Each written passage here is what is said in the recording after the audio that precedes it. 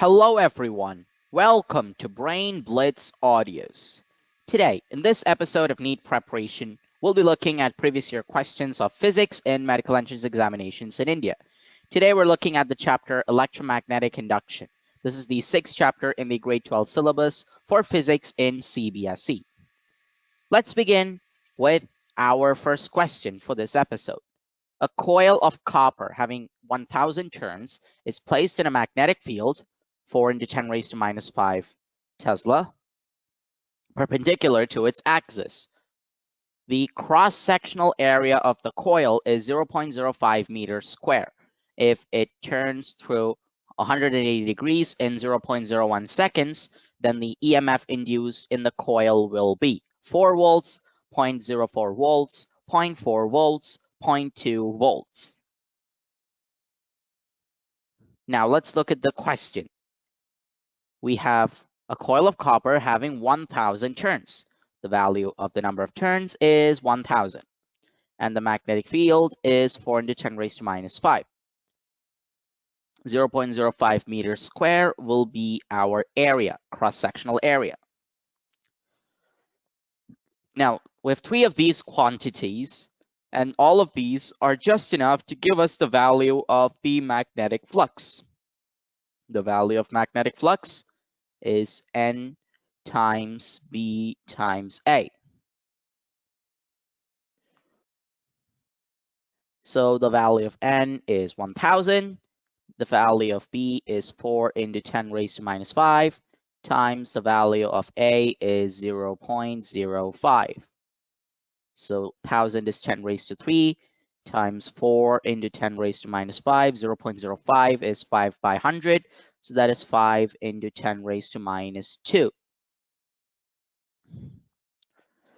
4 times 5 is 20 times 10⁻³ minus 5 gives you -2. -2 minus 2 gives you -4.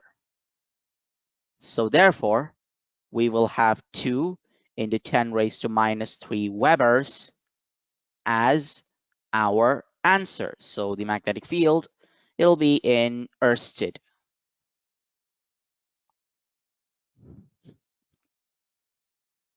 Now we know the value of flux as 2 × 10⁻³ Webers. This is when the magnetic field is perpendicular to its axis. Now, we know that this coil of copper, it turns through 180 degrees in 0.01 seconds. So therefore, the change in flux is final flux minus initial flux. So both the final and initial flux will have the same value but different directions. So therefore, it'll be 2 × 10⁻³ minus of -2 × 10⁻³. So therefore, now we'll have 2 plus 2, which is 4 × 10⁻³ Webers. That is the value of delta phi, change in flux. Our question is to find the EMF induced. The formula for EMF induced is minus of d phi by dt. Minus represents the fact that EMF is opposite in direction to the change in flux. So therefore, the value of d phi will be 4 times 10⁻³ divided by, here the coil turns to 180 degrees in 0.01 seconds. So the value of dt will be 0.01 seconds. It's basically 10⁻² seconds. So therefore, we will have 4 × 10⁻⁻³, and then since it's minus of -2, it becomes +2. So therefore, we'll have 4 × 10⁻⁻1, or 0.4 volts as our EMF. And which of these options is 0.4 volts? Option C. So here first we use the formula for flux, which is NBA, and then we use the formula for EMF, where EMF is the change in magnetic flux in opposite direction. And using those two formulas, we got the value of the EMF as 0.4 volts. Let's move on to the next question. In a coil of self-inductance of 5 Henry, the rate of change of current is 2 amperes per second. The EMF induced in the coil is. This question is really straightforward if you know the formula at hand. So over here, we have the value of L as 5 Henry. We have the value of di by dt as 2 amperes per second. We need to find the value of the EMF. Well, it's simple because EMF is equal to minus L times di by dt. Again, the minus here stands for negative. So therefore, the value of L is 5, so minus 5 times di by dt is 2. So the value of EMF is minus 10 volts. And minus 10 volts is option C. Option D would have been correct if the value of, but here there is no negative sign. The negative sign is present in our formula, so option D is incorrect. And options A and B differ in both value and in direction. The right answer is option C, minus 10 volts. We use the formula E is equal to minus L times di by dt, where both L and di by dt are given in our question. And that is how you can solve these problems very, very easily, just by knowing the correct formula. Now, next question. According to Lenz's law, there is a conversion of momentum, collision, voltage, and energy. So what exactly is the Lenz's law? The Lenz's law states that if there is a change in flux in a coil of change in magnetic flux in a coil of current, then this coil of current will have induced current and induced EMF such that the flux which is changing through the coil of current, it will get reduced. So for example, if the flux passes through the coil and there is an induction of anti-clockwise current, the current that will be actually induced will be clockwise so that the change in flux will be reduced. So that is the Lenz's law. Is there a conversion in momentum in that statement? No. Is there a collision? No. Is there voltage? Well, there is EMF, but that is not exactly voltage. Voltage in the sense, the voltage present on electric circuits, etc. No, that's not present. The only thing that changes is energy, because in Lenz's law, a magnet is moved towards the coil like this. So if you have a magnet and it's moved towards the coil, and so the coil experiences a change in magnetic flux. So therefore, we have mechanical energy being converted to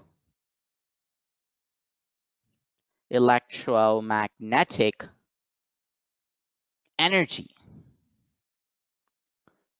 And therefore, according to Lenz's law, there will be a conversion of energy. And the Lenz's law by itself follows the law of conservation of energy. Therefore, option D will become the right option. Let's look at this question. A 50-turn circular coil has a radius of 3 centimeters. It's kept in a magnetic field acting normal to the area of the coil. The magnetic field B is increased from 0.1 Tesla to 0.35 Tesla in 2 milliseconds. The average induced EMF is, or it will be. So we have these options here. How do we solve this question?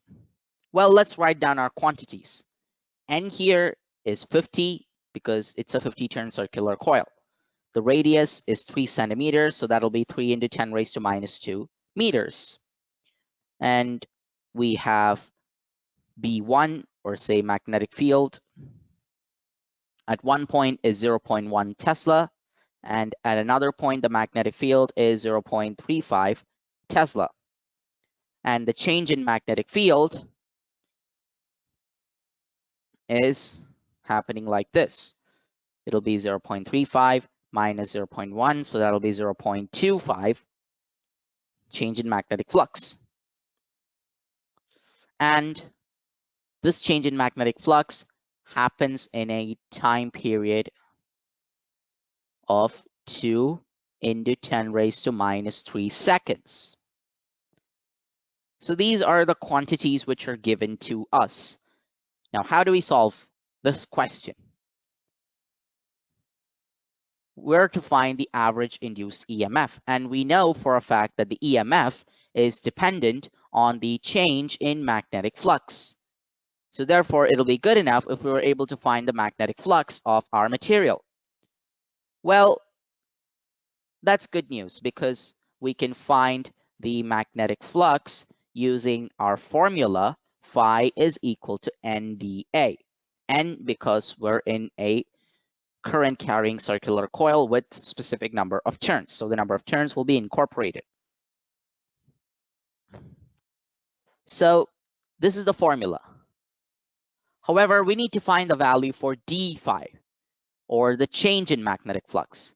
The change in magnetic flux will be dependent on the change in magnetic field in this situation because both the number of turns, the circular coil is not changed. So the area and the number of turns will remain constant. So it'll be Na times delta B. And the value of delta B is B2 minus B1. So therefore, it will be Na times 0.25. And let's plug in the values for delta phi. So it'll be N, which is 50, times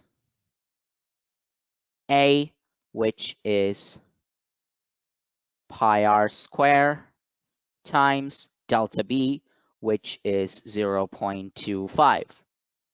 Let's plug in the value for pi, which is 3.14, times r square. So that'll be 3 into 10 raised to minus 2, the whole square, times 0.25. It'll be 50,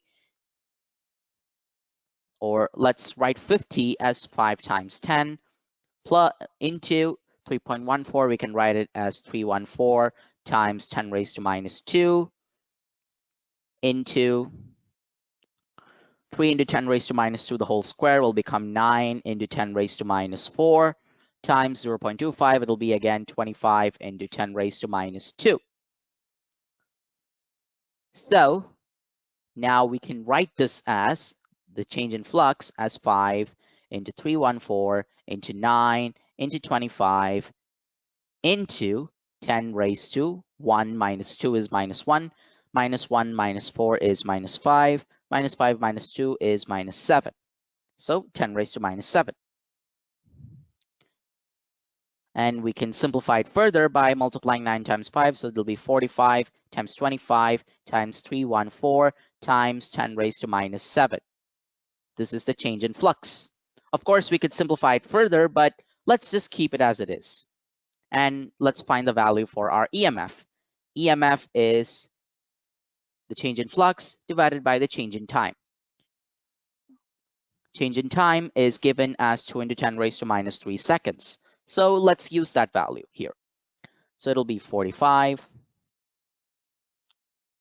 times 25 times 314 times 10 raised to minus 7 divided by 2 into 10 raised to minus 3. So we can divide 314 by 2. So therefore, what we'll get, it'll be 15. So that'll be 31. So 4 comes down, so it becomes 14. So 7 times 2 is 14. That is 0. So 314 divided by 2 becomes 157. And the 10 raised to minus 7 divided by 10 raised to minus 3 will give you 10 raised to minus 4. So it'll be 45 times 25 times 157 times 10 raised to minus 4. Well, let's start multiplying then. First things first, 45 times 25. 5 times 5 is 25. 4 times 5 is 20. 20 plus 2 is 22. 5 times 2 is 10. 4 times 2 is 8. 8 plus 1 is 9. So therefore, we have 1125 as the product. Now, let's multiply 1125 times 157. So therefore, 5 times 7 is 35. 2 times 7 is 14. 14 plus 3 is 17. 1 times 7 is 7. 1 times 7 is 7. 5 fives are 25. 2 fives are 10. 10 plus 2 is 12. 1 fives are 5. 5 plus 1 is 6. 1 fives are 5. And then there'll be 0 here. And 5 times 1 is 5. 2 times 1 is 2. 1 times 1 is 1. 1 times 1 is 1. And now we can start adding. 7 plus 5 is 12. 1 comes here. 7 plus 1 is 8. 8 plus 2 is 10. 10 plus 5 is 15. 8. And then now we have 13. And then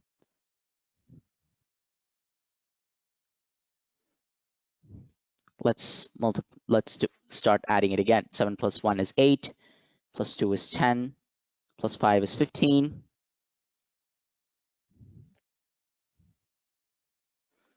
And now we should be having a 7 here and a 1. So we will have the value of EMF as 175525 into 10 raised to minus 4, which when you roll back, you will get a value approximately equal to 1.77 volts. So if you look at our options, you can find that option B is the one which has 1.77 volts as the right answer. So the right answer for this question is 1.77 volts. And we found that out by first finding the magnetic flux, then finding the change in magnetic flux. And after finding the change in magnetic flux, we use the formula EMF is equal to delta phi divided by delta T. And with simple substitutions and calculations, we got the value of 1.77 volts.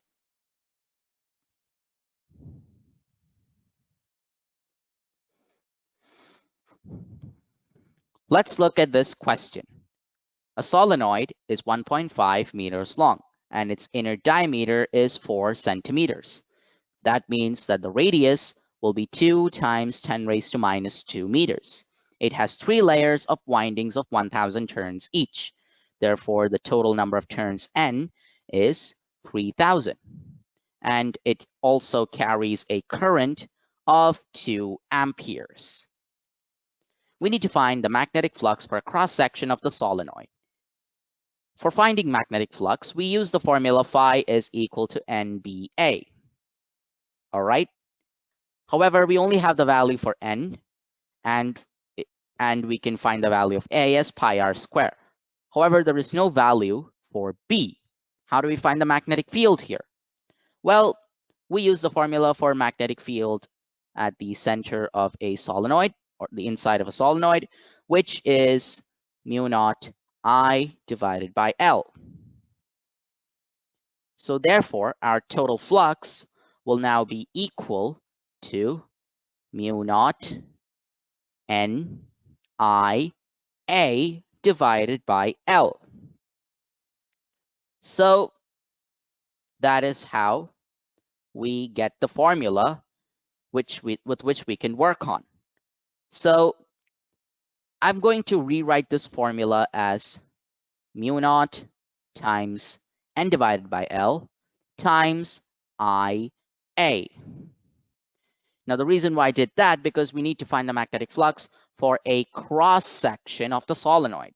And in order to find a cross section, just for one cross section, what we do is we divide the total number of turns by the given length. So That's why we just tweak the formula out here. Now, mu naught is the constant permeability, and it has a constant value of 4 pi into 10 raised to minus 7. So it'll be 4 pi into 10 raised to minus 7 times the total number of turns is 3,000 divided by 1.5. That is the length of the solenoid. Then we'll have the current passing through the solenoid, which is 2, and the area, this will be pi r square, which will be pi times 2 into 10 raised to minus 2, the whole square. So it'll be pi times 4 into 10 raised to minus 4. So that is what we have right now. Let's write this quantity in our next page so that we can work on it. The value of phi is now 4 pi into 10 raised to minus 7 into 3,000 divided by 1.5 into 2 into 4 into 10 raised to minus 4 into pi. Let's put the value of pi as 3.14. So therefore now we'll have 4 into 3.14 into 10 raised to minus 7 into 3,000 divided by 1.5. Let's just multiply by 10 on both the numerator and the denominator. So we'll get 30,000 divided by 15. And 15 times 2 gives you 30. So therefore, we can just cut 30 from 15 and 30. So since 30 is 2 times 15, we'll just substitute a 2 here. So therefore, the total number of turns now per unit length, it will be equal to 2,000. So 2,000, then we will write that as 2 into 10 raised to 3, 2 into 1,000. Next, we have a 2 here.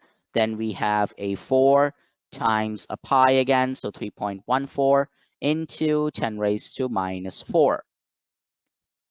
So therefore, what we're going to do now is we're going to write 3.14 as 314 into 10 raised to minus 2. So 4 into 314 into 10 raised to minus 2 into 10 raised to minus 7 into 2 into 10 raised to 3 into 2 into 4 into 314 into 10 raised to minus 2 into 10 raised to minus 4. Now let's put down the values on one side. So it'll be 4 into 314 into 2 into 2 into 4 into 314. So then we'll have the tens or the powers of 10. So it'll be minus 2, minus 7. That gives you minus 9. Minus 9 plus 3, which gives you minus 6. Minus 6. And then minus 2 minus 4 gives you a minus 6. So again, a minus 6. So it'll be 10 raised to minus 12. Now what we do is, if you can see, it's just a square of 2, 4, and 314. And 2 times 2 squared is 4. So that means we have 4 cubed into 314 squared into 10 raised to minus 12. 4 cubed is 64 times pi square. We can calculate. So 314 times 314. 4 times 4 is 16. 1 times 4 is 4. 4 plus 1 is 5. 3 times 4 is 12. Then 4, 1, and 3. Therefore, now we'll get 6, 9, 3, 4. However, that will be incorrect, wouldn't it? We have to now multiply by 3 too. So therefore, it'll be 4 times 3, which is 12. 1 times 3, which is 3. 3 plus 1 is 4. And then 3 times 3, which is 9. And then 2 zeros. 6 plus 0 gives you 6. 5 plus 4 plus 0 gives you 9. 2 plus 1 plus 2 gives you 5. And then 1 plus 3 plus 4 gives you 8. And then we have a 9. So 98596. So 64 times 98596 into 10 raised to minus 12. Again, we have to multiply, don't we? So 98596 times 64. 6 times 4 is 24. 9 times 4 is 36. Plus 2, 38. 5 times 4 is 20. 20 plus 3 is 23. 8 times 4 is 32. 32 plus 2 is 34. 36 plus 3, 39. 394, 384. Again, this is a 6. 6 times 6 is 36. 9 times 6 is 54. 54 plus 3 is 57. 5 times 6 is 30. 30 plus 5 is 35. 8 times 6 is 48. 48 plus 3 is 51. 9 times 6 is 54. 54 plus 5 is 59.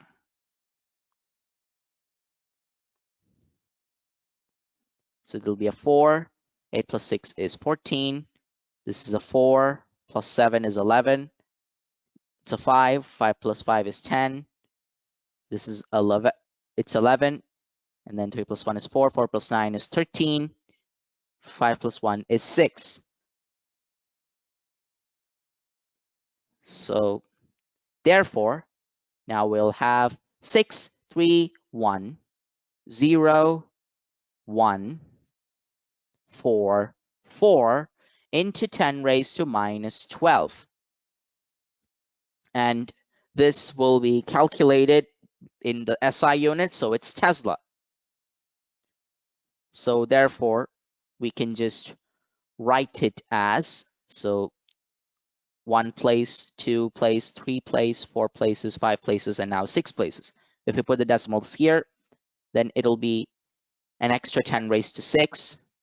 So therefore, it'll be 6.31 into 10 raised to minus 6 Tesla.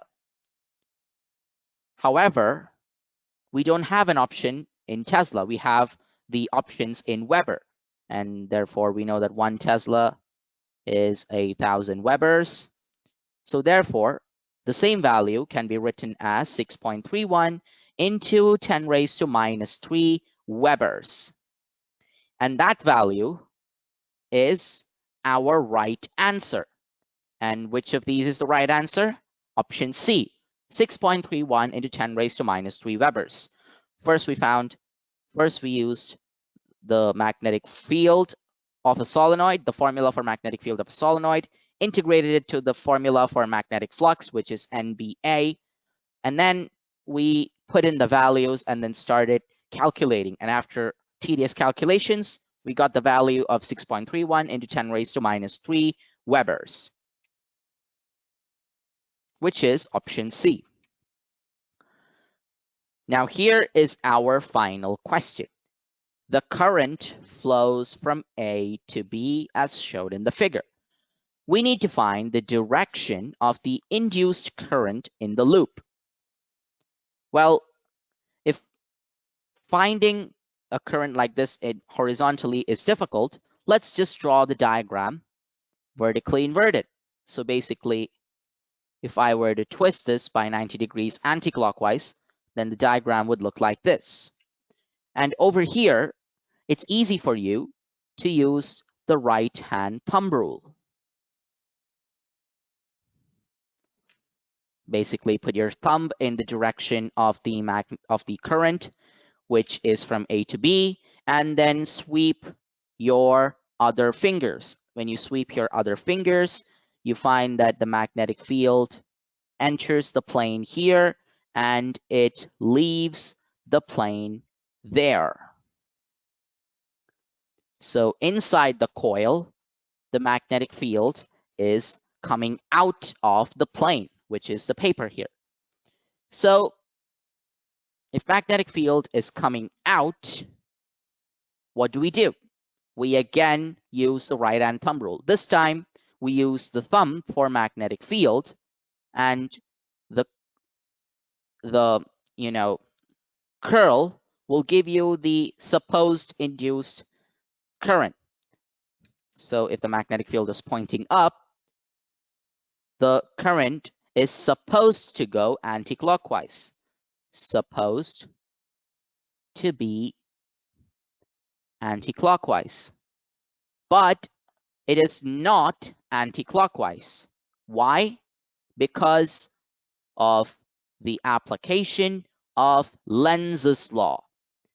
The Lenz's law states that current should be induced in a coil such that the change in flux through the coil is opposed. So right now, there's flux flowing out of the plane of paper, which is trying to induce the magnetic field, the EMF and the current. However, the current must be induced such that this flux, which tried to create that field, is now getting opposed. So in order for that phenomenon to happen, we should provide flux towards the plane of paper. So the induced current should provide flux towards the plane of the paper, and current flows in a clockwise direction. So when the current flows in clockwise direction, there is flux going into the paper, and this flux, it repels the original flux. So therefore, using the Lenz's law, we can find out that the direction of the induced current will be clockwise. And since we are using a straight conductor, the direction of induced current inside a loop will not be a straight line. So therefore, option A is incorrect. And option D, none of these is also incorrect, because we found out using the Lenz's law that option C is the right option.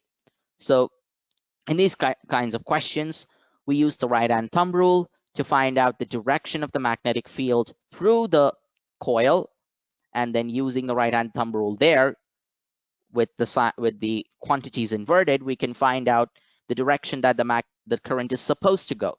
But the Lenz's law states that the current will be produced opposite, so that there will be an opposition to the flux. So therefore, whatever direction you're getting by using the right hand thumb rule inside the coil, the opposite direction will be the direction of the induced current. So therefore, option C, clockwise, will be our right answer.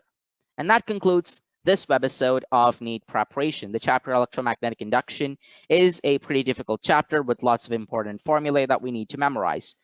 For more of our useful and interesting content, don't forget to subscribe to our channel, Brain Blitz Audios, and you can also click on the link in the description down below for looking at our mind map on the chapter Electromagnetic Induction, and also on more questions regarding electromagnetic induction. So until the next webisode, take care, stay safe, bye-bye for now.